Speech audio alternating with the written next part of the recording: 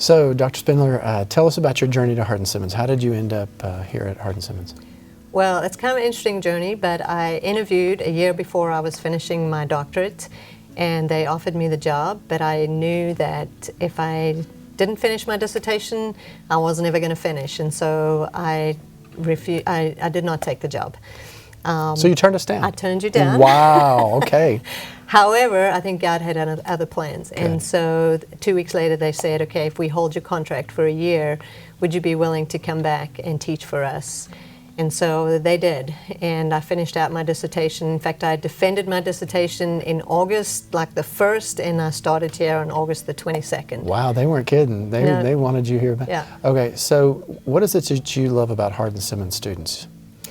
I like the engagement with the students. I like teaching in a small college. When I was doing my PhD, I was at the University of Houston, and I knew I wanted to teach. And our students here are just engaging. They're friendly. They want to learn, and so I want to be with them. I want to get to know them. What do you love about teaching? Oh my gosh, it's challenging. It's challenging because I always have to learn. And so as a teacher, I'm always learning and always having to be creative and to think of new ideas and to think of ways that I can engage the students. And students have changed over the years that I've been teaching. And so I love having to be creative and having to think about how can I reach that student. I always tell people that A, students are going to be fun.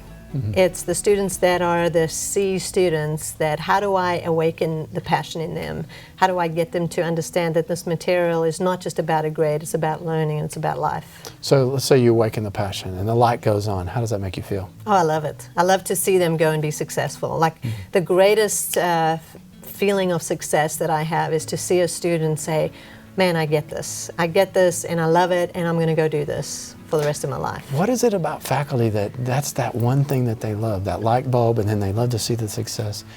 Is that how you figure out if you're a professor, you need to be a professor, or how did you know? I had no idea that I was going to be a professor. To be honest, if you had asked me, I would never have picked this as my career. Really? It's a long God story, but I ended up here because the Lord opened doors. And when I was teaching as a teaching assistant at the University of Houston, I just enjoyed getting to know students. I enjoyed the relationship. And so for me, it's a relationship with a student. And I mean, what greater success do I have as a person to see somebody else succeed?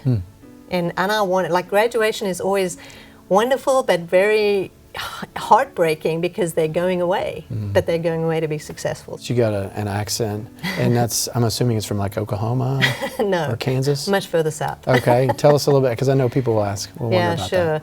So I grew up in South Africa and really didn't know what I was going to do, and I was offered a scholarship to run track for ACU. If there's one thing that you could do the rest of your life, every single day, what would it be? Oh gosh, I love teaching. To be honest, Okay. I really love teaching. In my time here, I've taught, but I've also been able to do some activities on mission trips, and absolutely love it. I mean, I feel like my calling is teaching, and I never knew that until I was right in the middle of it. And having an opportunity to not only teach, but to proclaim the gospel, to bring God's kingdom to the classroom, to the students, is very fulfilling to me. Ever been scuba diving? I have. What do you think about that? I love it. Yeah. I was just talking about scuba diving, and it's the beauty of God's creation under the water that not very many people get to see. And so it's very humbling to have been able to do that.